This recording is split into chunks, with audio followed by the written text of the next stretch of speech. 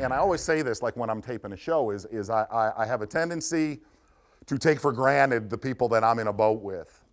But as much as they've taught me, we've learned together about that monster behind me, the smallmouth.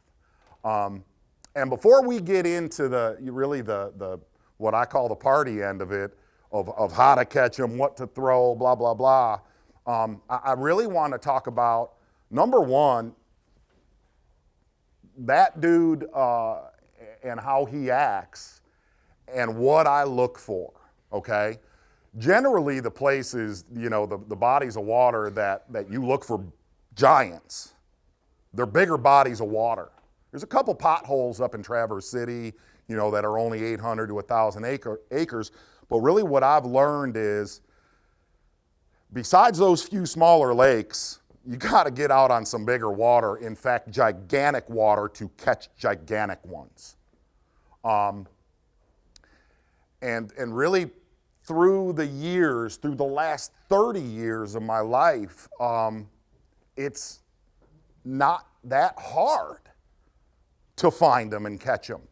I think myself, through trial and error, you make it a lot harder than it is, because you launch at St. Clair Metro or Erie Metro or East Traverse Bay, and you look at that water and go, wow, I'm in an ocean. Number one, you are in an ocean.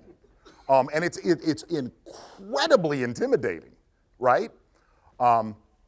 But the first thing that I want to talk about before we really get into the PowerPoint deal is there are two kinds of giant smallmouth.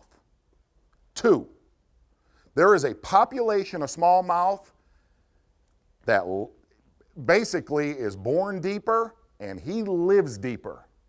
He wants to spend his life where you cannot lay your eyes on him. The other population of smallmouth wants to be in that deep of water his whole life. And what's really funny to me is, almost all of the Great Lakes and almost all of the great inland lakes that I have fished, Mille Lacs, Burton Mullet, lakes like that, they both have those populations. A lot of people tell me, well, they don't live shallow on Erie because all the tournaments get one out deep. It's because nobody fishes shallow. There is an incredible population of shallow fish on Erie. So that's the one thing that I always wanted to bring across is the really, really great big ones. There's a division. There's ones that want to be up and there's ones that want to. Did somebody just start an open house party out of here? Is there another function going on today, Bill? I think it's Tupperware. I understand.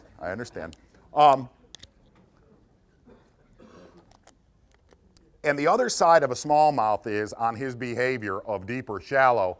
And this is a dead straight honest fact.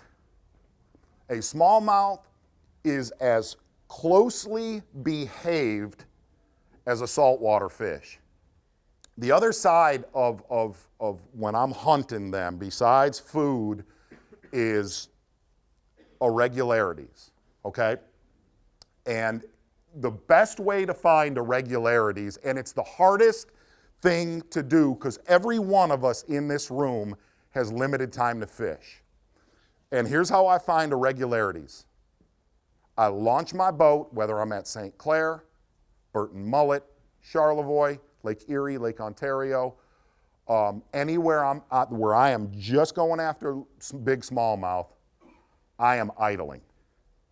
My kids cannot stand that because I will idle for hours and hours and hours and hours. What video game are you playing? Well, is it a car game? It's exactly what my kids do when I'm idling for hours and hours and hours. Just for the simple fact, it's boring. It's boring.